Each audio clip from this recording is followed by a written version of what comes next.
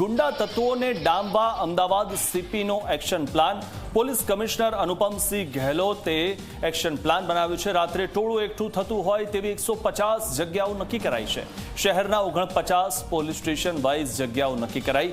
તમામ જગ્યાઓ પર રાત્રે 12 થી 2 સુધી પોલીસ નાકાબંધી રહેશે. એક પોલીસ સ્ટેશનની 5 ગાડીમાં 25 પોલીસ કર્મીઓ હાજર રહેશે.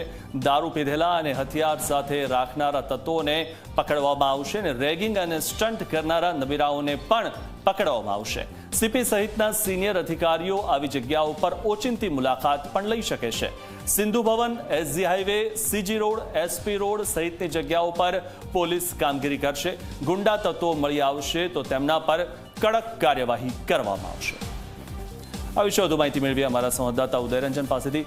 ઉદય, જે રીતે આ એક્શન પ્લાન બનાવવામાં આવ્યો છે અને તેમાં પણ ખાસ કરીને એ લોકોને પણ પકડવામાં આવશે કે જે લોકો રાત્રે સ્ટન્ટ કરતા હોય છે, બીજાના જીવ જોખમમાં મૂકતા હોય છે, તેની સાથે જે ગુનેગારો રાત્રે સક્રિય થાય છે, હવે તેમની પણ આવી બનશે.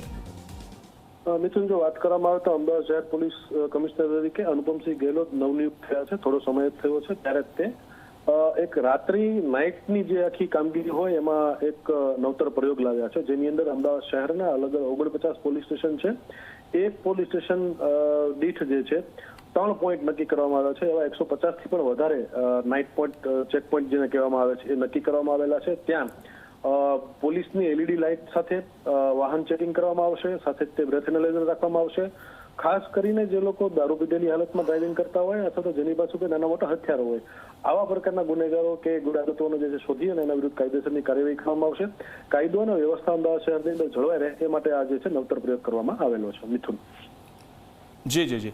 આભાર ઉદય, માહિતી આપવા બદલ. તો જે રીતે એક્શન પ્લાન બનાવવામાં આવ્યો છે, સૌથી મહત્વની વાત એ છે કે હવે રાત્રે પણ પોલીસ સક્રિય રહેશે અને રાત્રે જે ગુંડા તત્વો અને લોકો જે છે તે બહાર નીકળતા હોય છે, આવારાગર્દી કરતા હોય છે, તેમને પોલીસ સકંજામાં લેશે.